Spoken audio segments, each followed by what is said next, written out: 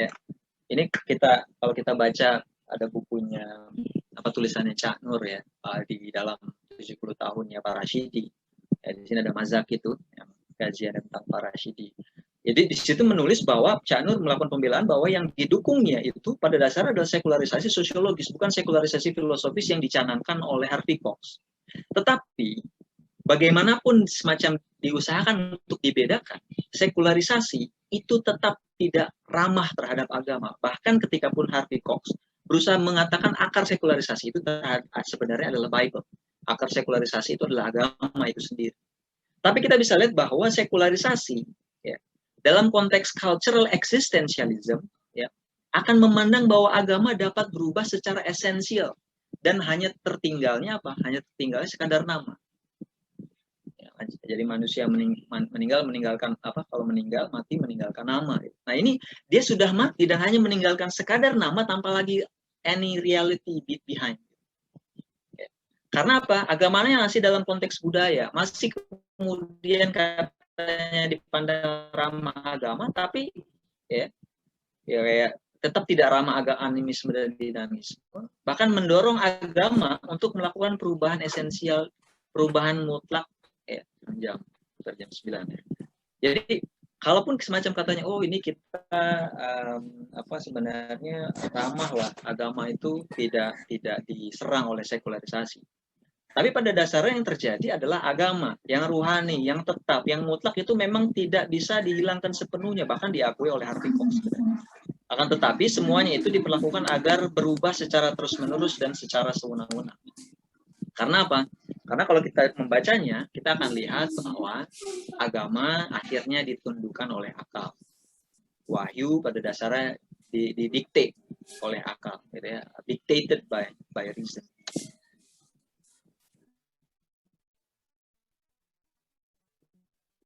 Dan ini komponen atau sekularisasi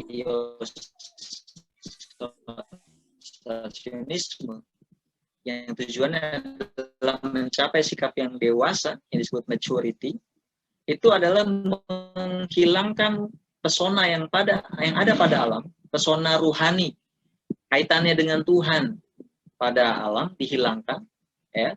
Kemudian menghilangkan nilai-nilai atau peran agama di dalam politik, ya. Ini salah petik ya, dalam politik, dan juga terhadap nilai-nilai yang memandu kehidupan manusia. Semua ini kalau kita baca terjemahan bahasa Melayu Propalatas pada istilah-istilah ini, semuanya menekankan pada menghilangkan pandangan terhadap alam, terhadap politik, dan terhadap nilai-nilai kehidupan. Jadi memang yang diserang itu, memang yang pun dituntut untuk berubah dengan ukuran-ukuran rasional, dengan ukuran-ukuran hak asasi manusia. Nah ini kita bisa lihat ya, bahwa usaha untuk mengakarkannya kepada Bible, ya. Ini Propalatas bilang bahwa ini bukan akarnya pada Bible, tapi physical conflict in the religious and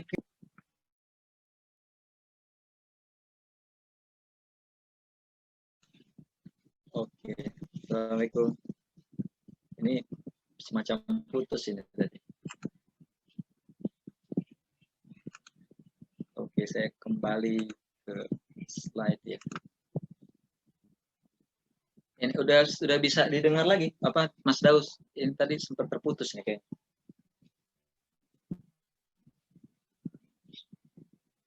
Sudah ya. Oke, maaf ya tadi. Iya, tadi hilang juga saya sinyalnya. Oke, saya harap mudah-mudahan nggak terlalu terganggu lagi ya. Tapi kembali lagi bahwa sekularisasi yang katanya diakarkan kepada Bible sebenarnya bukan dari Bible-nya sendiri, tetapi dari pertentangan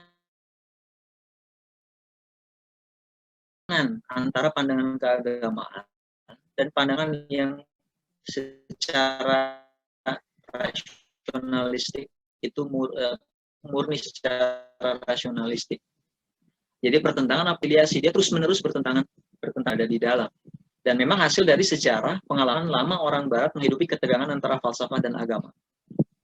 Mencari bagaimana nih jadi rekonsiliasi nggak bisa. Ya bahkan sebenarnya kalau kita lihat ya, Ini ketika Harvey Cox berusaha memberikan akar kepada asal muasal sekularisasi itu bahkan melampaui zamannya Kristen begitu ya. Dia pergi bahkan ke Judaism karena Harvey Cox ini istrinya seorang yang memeluk agama Yahudi kalau nggak salah. Terus masuk ke sana, tetapi memang tetapi tidak bisa sepenuhnya diterima seperti itu karena pada dasarnya agama adalah satu pandangan yang bersifat tertutup.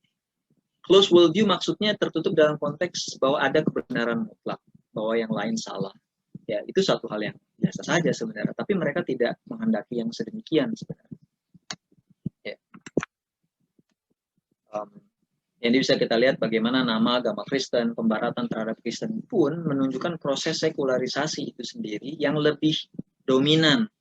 Ya, bahkan di sini di salah satu bab di buku Harvey Cox itu bicara tentang gereja yang mesti diberikan peranan yang lebih sesuai atau relevan di dalam konteks kota sekuler, konteks sekular city. Bahkan ke depannya, ya ini Tuhan dalam konteks sekularisme itu menjadi satu persoalan yang istilahnya itu bahasa agama di dalam dibicarakan tentang Tuhan itu mesti menunggu ya, make known of new language that is not so tarnished by trivialization and misuse. Jadi mereka merasa bahwa bahkan nama Tuhan saja ya udah kita ikutin tradisi Yahudi saja yang mereka nggak menyebutkan nama Tuhan. Biar nanti mungkin di suatu masa yang akan datang kita akan temukan istilah yang atau nama yang tepat untuk Tuhan. Jadi kita bisa lihat bahwa perubahan yang sifatnya esensial ini. Ya. Istilahnya masih Tuhan, tapi mungkin sudah nggak punya nama atau namanya rahasia. Ya. Bahkan sifat-sifatnya pun nanti problematis dan seterusnya. Dan sekularisme menghendaki bahwa sebuah pandangan alam yang tertutup itu agar menjadi terbuka. Menjadi open-ended. Ya, kalau kita open-ended contohnya dalam konteks ini adalah bahwa ada tesis, ada antitesis, mesti ada sintesis tadi. Dan dia mesti terbuka dengan perubahan. Kalau tidak terbuka dengan perubahan, menjadi tertutup, maka dia akan menjadi rigid, menjadi petrified, menjadi membatu, nggak bisa relevan lagi dengan zaman dan seterusnya. Jadi mesti akomodatif, gitu ya, mengakomodasi perubahan yang ada. Dan bagi Prof. Altas, meskipun sedemikian, open world views yang seperti ini masih tetap bisa disebut sebagai satu jenis ideologi, yaitu sekularisasionisme. Ya. Sebabnya memang sebenarnya mengapa orang-orang Barat ini menyikapi agama sedemikian, karena mereka sebenarnya tidak mengalami kesukaran untuk mendefinisikan agama itu apa. Karena bagi mereka agama bagian dari kebudayaan. Agama itu bagian dari respon manusia terhadap yang sifatnya tinggi, sublime, yang agung, yang luhur. Sehingga kemudian buat sajian-sajian, ritual-ritual untuk yang akhirnya disebut sebagai agama. Ya, ini secara singkat yang dari buku Prof. Altas tentang bahwa sekularisasi itu akarnya berawal pada zamannya Yunani kuno. Ketika ada masalah dengan agama, dewa-dewa itu yang dipandang ada di alam itu kemudian dibuang. Ya, diambil konsep yang lebih naturalistik. Naturalistik maksudnya nggak pakai yang ruhani-ruhani tadi. Ya, meskipun masih ada Tuhannya Aristotle yang disebut prime mover, tapi lama-kelamaan ya, yang kemudian nanti menekan peran intelek, ya, akhirnya hanya menekankan kepada rasio saja. Kemenangan Thomas Aquinas, ini saya mungkin agak sedikit cepetin gitu ya. Kita bisa lihat bahwa perubahan-perubahan yang kemudian membuat manusia ya, lebih mengalami penekanan, emphasis itu terhadap aspek yang bersifat jasmani. Ya, di sini bisa dilihat interpretasi sains, metafisika menjadi sesuatu yang tidak mungkin, ya, desentralisasi bumi dan insan dianggap menjadi sesuatu yang sifatnya jasmani saja, bukan sesuatu yang penting, ya, speck of dust saja, sebutir debu, bahkan lebih kecil lagi dari debu misalnya di alam semesta ini. Gitu. Tapi memang yang terjadi adalah tadi ya. Jadi kalau tadi kita bicara ada dualisme, kemudian ini sekularisme, terjadi ketika ada pertentangan dengan rohani. Kecenderungan sekularisasi adalah memilih melakukan reduksi terhadap satu bagian dalam pertentangan tadi. Ya. Tetapi yang terjadi sebenarnya adalah reduksi hanya sekadar aspek saintifik dan teknologikal saja dari manusia. Mereduksi aspeknya yang sifatnya transenden, ya hanya kemudian menekankan aspek fisikal saja, sekuler, yang akhirnya justru semacam menuhankan manusia itu sendiri. Ya, alam dipisahkan ya dari hubungannya dengan Tuhan, gak ada kepentingannya, dan akhirnya alam tidak dihormati oleh manusia dan menghancurkan hubungan harmonis antara manusia dengan alam. Ya, pada saat kehidupan animisme dan dinamisme sebutlah, orang-orang masih lebih hormat dengan alam, tidak berusaha menjaga meskipun dengan pandangan yang sifatnya kadang-kadang mistikal begitu ya. Nah, ini jam 9 ya. Oke, ini saya temukan menarik untuk semacam dikongsi gitu ya, karena ini di dalam bukunya Harvey Cox juga, ini edisi yang relatif sudah agak baru begitu, yang menyebutkan bahwa ketika dia melihat sekarang ini secara kalau lihat ke belakang, sebenarnya human religiosity itu memang bukan sesuatu hal yang mudah untuk dihapuskan. Dia lebih a more persistent quality. Jadi katanya agama akan hilang dalam proses sekularisasi, tapi ternyata tidak hilang juga. Dia masih ada. Meskipun ketika ada kebangkitan yang disebut kebangkitan agama, religious revival, gitu ya, itu sendiri sesuatu yang disandingkan dengan sekularisasi, itu sebenarnya sesuatu proses yang dalam pandangan dia bersifat ambiguous. Maksudnya apa? Maksudnya dia sebenarnya mix. Ya. Ya, di sini sometimes we forget the revival of religion is never an unmixed blessing. Dia bercampur antara sesuatu yang bagus dengan sesuatu yang problematis. Gitu. Karena semacam disebutkan oleh Prof. Wan dalam satu sesi SNL, bahwa ketika dikatakan sekarang ini agama bangkit, tapi agama yang bangkit tadi atau semangat keagamaan yang bangkit itu mesti dilihat apakah bangkit dengan cara yang betul.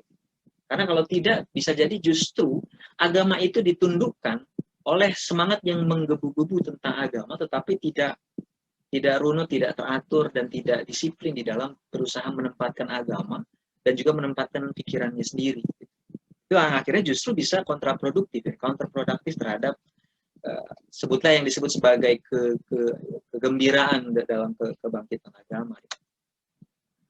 Ya, di sini juga di dalam 25 years later itu disebutkan bahwa sebenarnya apa yang disampaikan tentang bahwa yang the holy presence within the profane ini adalah sesuatu yang bukan baru sebenarnya.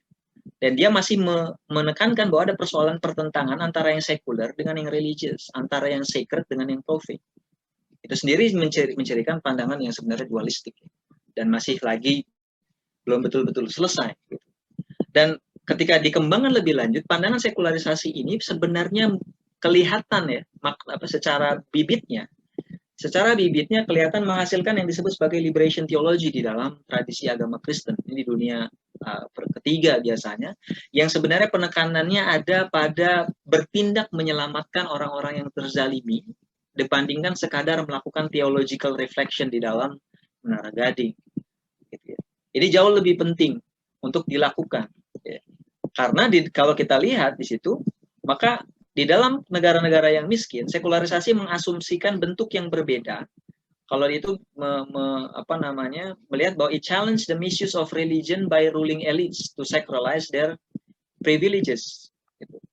Di dalam dunia ketiga di sini bisa dilihat bahwa lawannya itu bukan non-believer, tetapi yang dianggap non-believer, orang-orang yang disudutkan menjadi non-believer, orang tidak beriman begitu, tetapi orang yang sesuatu yang tidak dianggap bukan orang, sesuatu yang dianggap bukan orang. Maka liberation theology bagi Harvey Cox merupakan sesuatu yang oke, diterima oleh dia. Bahkan kayak komunisme yang sebenarnya dianggap perlu disekularisasi, feminisme yang perlu sebenarnya untuk diakomodasi. Ya, karena ketika dia menulis Secularity, feminisme ini belum diambil sebagai satu bahan penulisan di dalam Secularity. Atau kemudian tentang desa dan kota, the garden outside of the garden, bukan hanya city, tetapi juga the rural areas gitu. kemudian ini macam challenge anti urban bias, ya. Bukan hanya yang di urban tetapi yang di rural gitu ya. Itu juga bagi dia menandakan bahwa sekularisasi terus-menerus berproses kepada aspek-aspek yang jauh lebih luas. Bahkan terakhir dia menerima bahwa sekularisasi ini semacam juga terkait dengan postmodernisme, pasca modernisme, ya, sebagai sesuatu, ya, kesudian, suggest a willingness to live with a certain pragmatism and provisionality, ya, a suspicion of all encompassing schemes, a readiness to risk a little more disorder instead of a little too much order, ya, di sini. Maka dia bilang sekularisasi tadi, ya, adalah ya yang memulai postmodernisme itu, salah satu yang memulainya. Jadi kita bisa lihat bibit dari sekularisasi itu yang sebenarnya bukan mulai dari Harvey Cox ya, tetapi sudah lebih awal lagi, yang berakar jauh kepada penggunaan akal pikiran semata di dalam menjalani kehidupan. Itu akan memiliki aspek yang serius. Gitu. Meskipun oleh Harvey Cox dikatakan secularization itu is not the Messiah, but neither is it Antichrist. It is rather dangerous liberation. Ya, jadi liberation, pembebasan yang sebenarnya berbahaya karena dia memiliki satu resiko di mana semuanya dihilangkan. Resiko di mana hilang semua esensi dan kemudian dia berusaha menentukan sendiri esensinya sejalan dengan keadaan zaman. Dan ini bisa dilihat pada persoalan jurang generasi dan krisis identitas ya, yang dialami oleh masyarakat yang terbaratkan, di mana orang-orang pemudanya mengalami krisis yang tidak bisa dibantu oleh orang tuanya, ya, nggak bisa dibantu orang tuanya karena orang tuanya tidak punya nilai-nilai yang bisa membantu anak-anak mudanya, dan orang-orang ini akhirnya kemudian semakin menjadi tua dan mengalami krisis lanjutan yang hanya menegaskan bahwa sekularisasi itu menghadirkan satu jenis penderitaan, meskipun dengan kata mereka it is worthy of such sacrifice karena seseorang mendapatkan kebebasan. So freedom is become everything. Freedom is everything. Jadi bahkan kita bisa lihat Adler saja mendedikasikan volume pertama berbicara Institution of Philosophical Research itu untuk bicara the idea of freedom. Di Barat itu freedom is everything. Makanya sekularisme itu adalah satu konsep yang menekankan aspek-aspek perubahan. Jadi ada ada yang jasmani dengan yang ruhani, maka yang akan ditekankan aspek yang lebih fana dibandingkan tadi. Yang ruhani dengan yang jasmani akan ditekankan aspek yang jasmani. Sehingga kemudian yang ruhani tadi akan didikte berdasarkan yang sifatnya jasmani, yang sifatnya fana, yang sifatnya sosial, yang sifatnya politik, yang sifatnya selalu berubah kecuali perubahan itu sendiri. Nah, itu bisa jadi semacam itu ya. Maka padahal sebenarnya kalau kita melihat orang Islam tidak menafikan tentang perubahan ya, tapi yang ditolak adalah perubahan dasar, perubahan nilai serta perubahan pandangan hidup. Itu yang ditolak. Tapi Barat, semacam tadi saya sebutkan bahwa mereka akhirnya menerima cultural existentialism, mereka akhirnya bisa menjadi apa saja dan tetap menjadi Barat sebutlah. Sedangkan kita nggak bisa melihat seperti itu. Kalau Heiner Bilfield dalam tulisannya tentang hak asasi manusia itu meminta orang Islam mengikuti jejak Barat, gitu. Supaya semacam dalam pengalaman mereka, orang-orang Kristen itu selalu menjadi Kristen karena selama mereka mengklaim bahwa Trinitas, tentang penyaliban, semua itu masih bisa bermakna dengan tingkat rasionalisasi yang sesuai dengan zaman. Sedangkan kita, yang terjadi adalah itu, jika seperti itu, yang terjadi seseorang sudah keluar dari Islam. Makanya kalau dalam konsep cultural existentialism seperti ini, orang akan selamanya menjadi Muslim meskipun semua basis-basis akidah telah dinafikan secara jelas. Hanya karena apa? Karena saya punya hak untuk mengklaim bahwa saya Muslim, meskipun saya bukan lagi Muslim. Jadi kan itu satu hal yang kontradiktori sebenarnya, tetapi itu diberikan semacam ruang dalam konsep kebebasan tadi. Nah, jadi aneh. Jadi tesis yang kemudian disandingkan dengan antitesis dalam gambaran mereka itu akan menjadi sintesis. Ini konsep dialektis yang dipegang oleh Hegel gitu ya. Ada aufgehoben, jadi ada diangkat ke atas. Tapi yang terjadi sebenarnya adalah di downgrade, diturunkan. Dia bukan menjadi lebih ruhani kalau kata Hegel dia percaya bahwa ruh itu adalah the basis of everything gitu. Karena nanti dia akan menjadi nuansanya panteistik. Tetapi dalam konteks perjalanan dialektis yang dibawa oleh sekularisasi, justru yang terjadi adalah pergi ke ranah yang lebih fisik lagi. Yang rohani itu menjadi sekadar accident of the physical. Atau bahkan menjadi tidak ada sama sekali, semacam dipegang oleh kaum humanis. Ya. Maka bagi saya, sekularisme itu adalah filsafat perubahan. Kebebasan itu sistem akhlaknya. Hak asasi manusia adalah isi, dalam tanda kutip, yang sebenarnya bagi saya bukan isi. Gitu ya. Karena akhirnya ya, para pendukung konsep HAM itu memberikan ukuran rasional di dalam penilaian dan pengambilan keputusan bertindak. Memang ada rasionalitas tadi. Tetapi ukuran rasional itu akan tetap masuk ke dimensi spekulatif ketika masuk ke ranah konsep-konsep bersifat pandangan alam. Ini yang saya sebutkan bahwa ketika seseorang bicara tentang manusia, jiwa, dan aspek-aspek yang pada pandangan alam itu, mereka akan mulai semakin bersifat spekulatif. Meskipun katanya rasional, tetapi sebenarnya lebih bernuansa rasionalisasi ya, dibanding rasional. Ya. Ini saya coba semacam skip ya. Ya ini tadi saya sudah sebutkan tentang cultural existentialism. Ini saya ekstrapolasi saja dari penolakan terhadap cultural essentialism. Ya. Hanya saja kalau kita lihat kebebasan itu diperlakukan seperti itu, jadi akhirnya semacam jadi ruang kosong. Ya, kebebasan hanya sebagai alat, ya, yang akhirnya kemudian sebenarnya alat, tapi akhirnya jadi nilai. Esensinya sebagai isi terserah manusianya asalkan sesuai dengan apa. Trauma karena kau Padahal sebenarnya, padahal sebenarnya esensi itu yang dimaksud dalam konteks ini bermakna tujuan, bermakna makna hidup, ya, bermakna nilai-nilai kehidupan. Ya. Padahal yang lebih penting itu kebebasan itu diisi dengan apa, atau pilihan itu jatuh pada isi yang seperti apa, yang baik atau tidak baik. Ya. Bahkan ketika pun insan dikatakan tidak memiliki tujuan, esensi, insan pun boleh ya, atau dipaksa atau dikutuk untuk memiliki tindakan atau esensinya sendiri. Ya. Jadi insan boleh menentukan tujuannya sendiri. Jadi tujuan dari sana tidak ada, tapi tujuan dari sini boleh dan bahkan mesti jadi pertanyaan, mesti jadi pertanyaan dan tuntutan. Jadi kita di sini semacam jadi dalam dilema gitu, dalam konteks memahami pengalaman mereka yang menolak bahwa ada manusia itu punya tujuan dari Tuhan, dari agama atau yang dari spiritual, yang sifatnya rohani gitu. Tetapi ketika ditolak, manusia tetap mesti menentukan tujuan tadi, makna diri. Pertanyaan tentang saya siapa, dari mana, akan kemana, itu akan selalu menghantui dan pada dasarnya kalau dia bersifat berubah, maka manusia yang sedemikian menurut konsep sekuler, yang dewasa adalah menerima itu sebagai satu realitas. Gak apa-apa, berubah terus ya gak apa-apa, memang begitu. Gitu ya, memang begitu. Ya. Dan saya sebutkan di sini esensi itu masuk ke dalam ranah pandangan alam karena tentang hal-hal yang mendasar tadi, manusia tidak memiliki kemampuan untuk secara definite, secara jelas untuk kemudian mengetahuinya. Justru yang lebih sering terjadi adalah spekulasi. Dan antum bisa lihat di banyak di YouTube gitu. Ketika mereka bicara tentang manusia, bedanya dengan binatang, mereka nggak tahu bedanya apa. Bagi mereka manusia dengan binatang tidak berbeda secara jenis, tetapi hanya secara berbeda derajat saja, in degree, not in kind. Gitu. Bahkan mereka bicara tentang teknologi atau dalam diskusi transhumanisme, itu sendiri menggambarkan bahwa mereka nggak tahu apa yang unik, apa yang unggul dari manusia itu sendiri sebenarnya.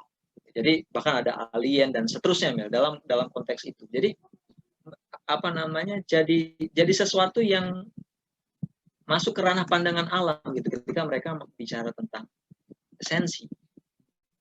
Ya. Padahal ketika dipisahkan agama atau yang rohani yang tetap itu dipisahkan dari segala sesuatu yang dialami manusia, maka yang terjadi adalah kekacauan. Karena dalam kehidupan sehari-hari kita ketika berjalan menginjak lantai itu enggak kemudian tiba-tiba hancur jadi berkeping-ping hilang dan kita langsung jatuh misalnya. Kita yakin bahwa bumi ini masih bisa kita bisa menjejak, bisa berdiri, bisa berjalan misalnya dalam kehidupan di alam indera sekarang. Di dalam berbahasa pun kita bisa saling paham, bahasa bisa digunakan. Ya. Ada semacam ketetapan yang bukan ketetapan seperti atau kemutlakan seperti mutlaknya Tuhan, tetapi kemutlakannya cukup buat kita atau ketetapannya cukup buat kita untuk menjalani kehidupan, itu saja cukup. Bukan kemudian justru menuntut semacam nggak bakal pernah berubah misalnya, nggak bakal hilang, nggak ada kiamat gitu misalnya, bukan seperti itu juga. Jadi ketetapan tetap ada, Bahkan dan perubahan juga ada. Dan ketetapan yang akan selalu ada yang diberikan pada aspek mendasar tadi itu berada pada nilai-nilai pandangan alam sebagai ilmu, sebagai nilai. Ini saya pikir masih ada ya waktunya untuk sekitar mungkin 8 menit lah ya, kalau kita mau selesai 21.30 gitu ya. Kita masuk ke dalam humanisme. Ini tadi saya sudah singgung, dan ini kenapa disebut humanisme ini di tahap yang sekarang itu, karena memang dia mencakup pandangan yang sekuler. Di dalamnya sudah ada pembicaraan tentang penolakan yang sifatnya dualistik ya. Menolak dualisme, tetapi di dalamnya ada usaha untuk membedakan antara publik dengan privat, untuk membedakan antara agama dengan negara misalnya. Masih ada semacam dualisme juga di dalam pandangan yang sifatnya humanistik.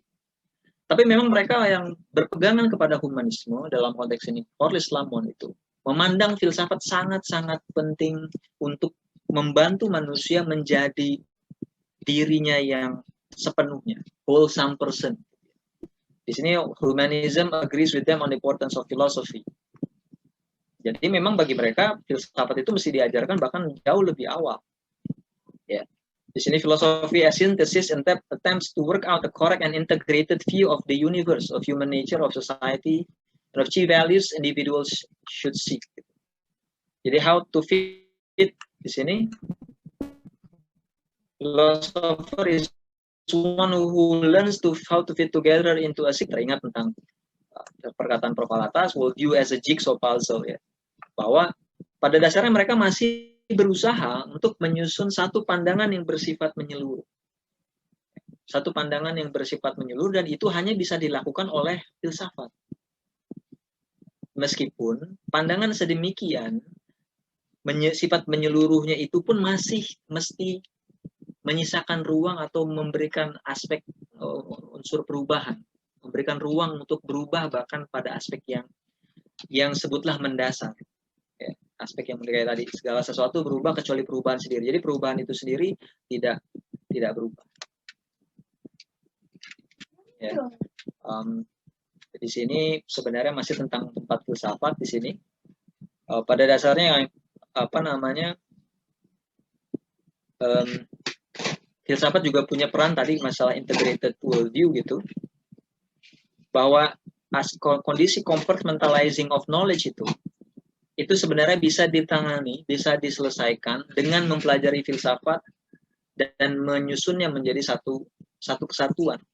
Meskipun kita bisa lihat bahwa di dalam filsafat sendiri, untuk menyusun sebuah integrated worldview, itu pun ada kecenderungan esensialistik yang sebenarnya ditolak. Ya, sebenarnya ditolak. Jadi kalau kita lihat sebenarnya, ini jadi semacam tantangan tersendiri gitu di dalam bagaimana kemudian memandang filsafat, tetapi juga membuka agar menjadi open worldview, bukan menjadi closed worldview. Gitu. Dan bahkan filsafat semakin penting selama di dalam periode yang bersifat krisis. Ya. Untuk kemudian bisa mengukur, bisa kuat menjalani, bisa lebih bijak gitu bagaimana menghadapi tantangan sebagaimana ini di zaman abad ke-20 waktu itu. Dan ini memiliki pandangan filosofis yang jelas adalah satu hal yang penting agar kita bisa bagi Corliss Lamont untuk menjalani kehidupan bagi kita untuk menjalani kehidupan kita dengan baik gitu ya. Nah, ini definisi humanisme yang diberikan gitu. Humanis di sini memang kalau kita lihat yang ini yang dipegang oleh Corliss Lamont adalah humanisme itu adalah pandangan ya. It may be a philosophy of which man is the center and sanction of everything gitu ya. Jadi manusia itu adalah pusat, manusia itu adalah orang yang memberikan justifikasi, pembenaran atau legitimasi terhadap sesuatu. Dan ini jadi membuat saya setidaknya teringat bahwa konsep antropocentrisme itu sendiri mewarnai makna humanisme. Dan di sini ya, it is in the last sense that humanism has had perhaps its greatest significance since the 16th century. Jadi sejak abad ke-16 di zaman Renaissance itu, bagi dia makna yang ini ya, makna yang terakhir ini adalah makna yang ingin ingin disebarkan agar apa? Agar humanisme menjadi satu dasar yang dimiliki oleh semua orang sehingga bisa membangun peradaban dunia yang lebih humanis. Ya, lebih humanis. Meskipun ada makna humanisme kalau kita baca di dalam buku-buku di abad pertengahan misalnya gitu ya, tentang abad pertengahan, bahkan ada dikaitkan dengan Islam. Makna humanis di situ sebenarnya merujuk kepada orang-orang yang ahli di dalam sastra, orang-orang yang ahli di dalam dunia kesusastraan. Makanya humanista nanti dibedakan dengan orang-orang yang ahli dalam hukum, orang-orang yang dalam ahli dalam yang lain. Makanya humanista di dalam bahasa Arabnya orang mengaitkan dengan istilah adabiyat. Tetapi yang dibicarakan humanisme oleh Lamon bukan spesifik ke situ, kepada orang-orang yang ahli sastra, tetapi orang-orang yang berpandangan filsafat itu, ya, filsafat yang berpandangan manusia itu adalah senternya. Ya. Di sini kita bisa lihat bagaimana dia melihat reason, looks upon reason as the final arbiter of what is true and good and beautiful. It insists that reason should fully recognize the emotional side of human beings. Jadi menjadi manusia yang baik dalam konteks mereka adalah menggunakan akal sebagai penentu terakhir. Dan ini adalah 10 proposisi yang saya pikir kalau kita baca, kita akan melihat, ini untuk dibaca satu-satu ya. Pada dasarnya semua poin ini untuk kemudian semacam sedikit mempercepat gitu ya, pembahasan gitu. Semua proposisinya mengandaikan mereka itu bersifat tidak ramah dengan agama, ya. Naturalistic metaphysics. Kemudian mereka menekankan kepada aspek hukum dan fakta sains. Mereka sangat kagum dengan sains. Mereka ingin mengukur segala sesuatu dengan sains. Mereka punya ultimate faith terhadap humankind, tetapi hanya menekankan pada power on or potentiality of solving their own problems. Bukan dibantu oleh orang lain. Bukan dibantu oleh otoritas agama, otoritas wahyu. Dan mereka menolak bahwa ada teori tentang determinisme, fatalisme, predestinasi gitu ya, ditakdirkan segala macam, enggak ada. Mereka ingin mengatakan bahwa manusia adalah pembentuk nasib mereka sendiri. Ethics dan morality yang mereka bangun adalah menggunakan reason mereka sendiri. Bahwa manusia bisa mencapai kepuasan personal jika menggabungkan antara apa yang mereka lakukan dan aktivitas-aktivitas yang lain yang menyumbang kepada kesejahteraan komunitas. Dan seterusnya gitu ya. Jadi program-program ini, ya, social implementation, scientific method, dan seterusnya, kita bisa lihat bahwa mereka ini ya, punya kecenderungan kepada aspek-aspek yang sebutlah tadi, sekuler. Pandangan alam yang bersifat sekuler. Yang kurang ramah terhadap yang spiritual, yang kemudian religious, dan seterusnya. Gitu. Maka humanisme, pandangan yang sedemikian, akan berakhir kepada karakteristik terakhir dari filsafat barat yang disebut sebagai tragedi. Tetapi tragedi yang ingin kita bahas di sini lagi-lagi bukan dalam makna sesuatu yang dibahas secara filosofis sebagai satu aliran genre sastra, satu genre sastra. Tetapi sebenarnya tragedi di sini adalah satu sifat atau karakter di mana pemikiran-pemikiran itu akan menghasilkan satu jenis ethical dilemma, satu jenis dilema etis gitu ya. Jadi persoalan etis di mana seseorang mesti jadi memilih satu dengan yang lain. Ada pertentangan tadi. Dan itu menimbulkan penderitaan. Ya. Menampilkan penderitaan khususnya yang bersifat batin. Tapi ini kita bukan bicara secara sangat spesifik tentang genre sastra tertentu, tetapi genre sastra atau aliran-aliran seni atau karya-karya seni. Tapi kita mesti nyatakan di sini bahwa dia tidak terbatas pada seni, tapi pada seluruh karakter pemikiran Barat. Tadi penggunaan akal, ada dualisme diceritakan di situ, kemudian pertentangan di antara keduanya dan memberikan penekanan pada yang sekuler itu pemikiran sekularisasi, dan kehidupan yang sekuler tadi adalah pandangan yang sifatnya humanistis sebenarnya, penekanan terhadap yang naturalistik dan seterusnya, dan pandangan orang-orang yang hidup dengan prinsip-prinsip atau proposisi filsafat humanisme tadi adalah mereka yang akhirnya akan sampai pada keadaan yang bersifat tragis. Tragis karena dia bukan hanya sekadar intelektual, karena pandangan alam akan sangat dekat dengan aspek psikologis manusia. Dia akan mengganggu pertanyaan siapa saya dan apa pentingnya buat saya, akan selalu mengganggu batin manusia. Gitu. Kalau secara ini saya ambil dari buku tentang Philosophy of Tragedy yang ditulis oleh siapa ya, agak lupa lah gitu. Saya lupa cantumkan. Tapi di sini judulnya The Philosophy of Tragedy, satu penjelasan yang bagi saya menarik gitu, karena dia memberikan survei dari zaman Yunani kuno sampai ke zaman kontemporer yang menekankan bahwa tragedi pada dasarnya adalah kisah yang sangat sedih. Isinya yang esensial adalah penyajian kesengsaraan, ya, big atau significant suffering. Dan isinya ya, dari tragedi itu akibatnya adalah kisahnya perlu diceritakan dengan cara tertentu sehingga menghasilkan rasa takut dan kasihan. Dan yang menjadikan tragedi itu sebagai sesuatu yang agung, ya, sebagai sesuatu yang great begitu, itu bisa dilihat pada bagaimana sang filosof ini di dalam spesifik bicara tentang tragic works gitu, dia akan melihat fungsi apa yang dijalankannya. Tujuan yang disebut tragic effect, ya, efek yang paling menghasilkan tragedi itu, katarsis tadi, itu apa yang menjadi tujuan tertingginya. Setelah dipilih, ya, ini dalam mengevaluasi sebuah karya yang bersifat tragis, dia akan memilih contoh atau model dari karya yang mencerminkan fungsi itu. Gitu. Itu dari segi karya, dari segi kesusastraannya. Tetapi ada dua tradisi pandangan terhadap tragedi yang menggambarkan bagaimana mereka memandang yang mana yang paling penting bisa menghasilkan katarsis atau tragic effect itu.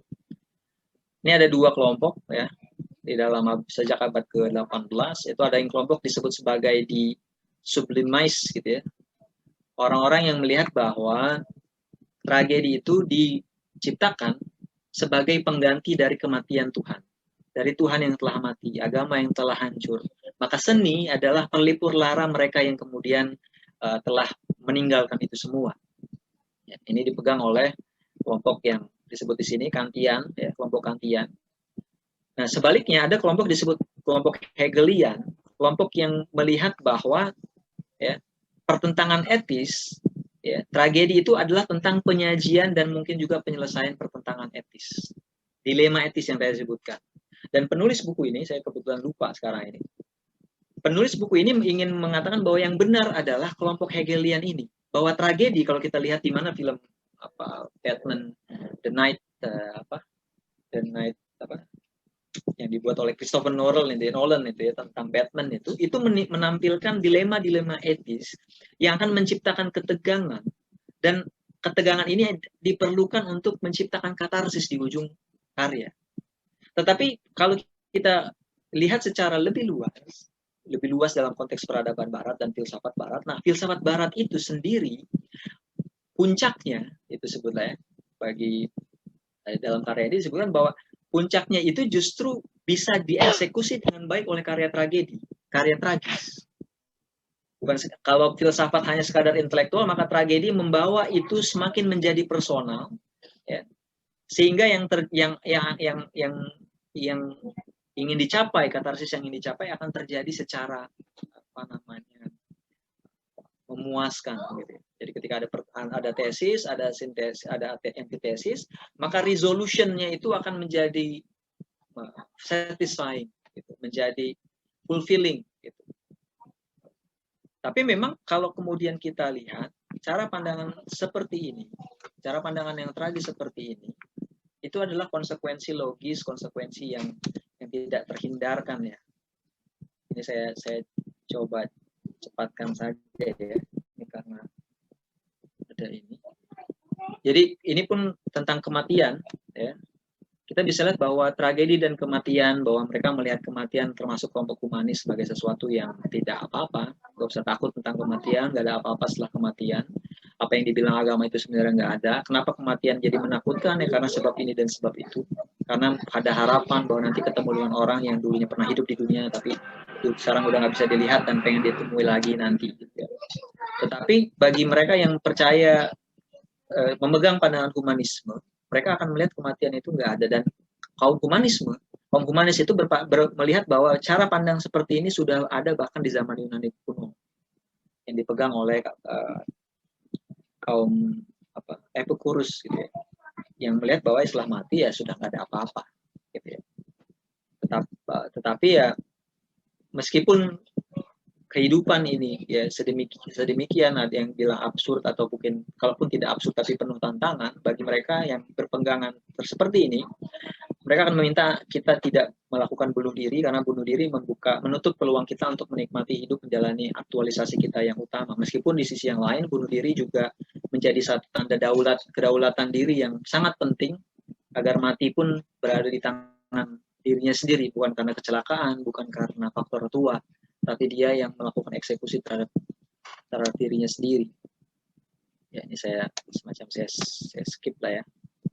Karena tentu saja dalam Islam kita tidak menerima konsep tragedi, tapi tragedi itu mungkin akan menjadi appealing, akan menjadi semacam menggoda begitu mungkin ya kepada mereka yang sebenarnya mungkin terwarnai oleh Barat.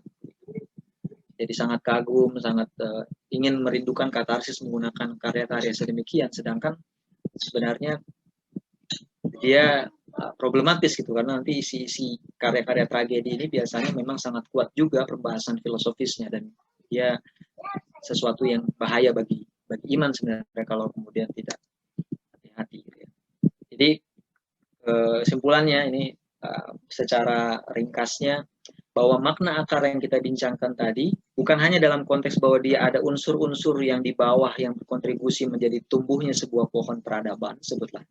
Tetapi dia juga semacam unsur-unsur atau sifat-sifat yang membuat Barat itu menjadi Barat.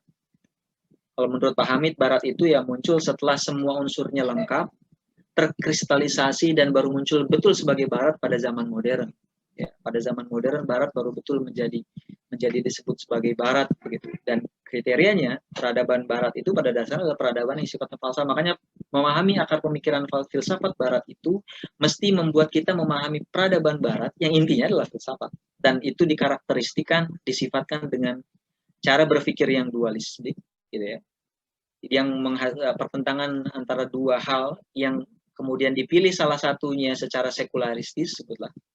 Dan pandangan sedemikian adalah pandangan orang-orang yang kelompok yang disebut sebagai kelompok humanis, meskipun juga ada yang menspesifikkan jadi secular humanis gitu. Karena ada yang berusaha mengatakan ada religious humanis, tapi terlepas dari perdebatan yang itu, kita ingin masuk spesifik dulu kepada bahwa paham humanisme yang dipegang Barat ini memang tidak ramah terhadap yang sifatnya agama, nilai-nilai yang tetap, dan mereka ingin meminggirkan itu semua. Dan pada akhirnya pandangan yang seperti ini ya, pandangan yang seperti ini ketika semuanya disandarkan kepada dayanya sendiri manusia menghidupi kehidupan hidupnya ini, yang terjadi adalah tragedi, karena semacam dikatakan oleh Allah Subhanahu wa taala ketika mengutus manusia ke dunia, kalau kemudian kita diutus ke dunia kemudian tidak mengikuti panduan yang diberikan oleh Allah Subhanahu wa taala itu, maka akan mengalami penderitaan, maka akan mengalami kerugian. Bahkan dalam surat Al-Asr itu ada, ya dia akan rugi gitu, jika dia tidak beriman, jika dia tidak beramal soleh. Jadi ada dimensi yang mulai dari tadi falsafahnya itu, ya belajar filsafat Barat, dan ini perjalanan logisnya. Dan ini bagi saya sangat instruktif gitu, sangat membantu kita untuk membaca Barat gitu. Membaca Barat. Spesifiknya lagi buku-buku filsafat Barat, agar kita nanti nggak berharap secara salah gitu terhadap karya-karya Barat bahwa mereka akan ketemu kebenaran. Karena kalau kita baca, kesannya adalah bahwa nanti Barat akan dikritik lagi oleh pemikirannya, terus menerus. Kesan itu yang kuat adalah kesan bahwa Barat belum selesai menemukan sesuatu. Jadi jangan berharap mereka semacam berhenti, oh ini dapat yang mutlak nih, enggak, dia akan terus saja berjalan melakukan kritik demi kritik sebagai sebuah bentuk pembangunan. Wallahu a'lam bishawab. Mohon maaf jika mungkin cepat gitu ya. Saya harap mungkin bisa ada yang bisa diambil begitu dari apa yang saya sampaikan. Kurang lebihnya mohon maaf. Bila taufiq wal hidayah. Assalamualaikum warahmatullahi wabarakatuh.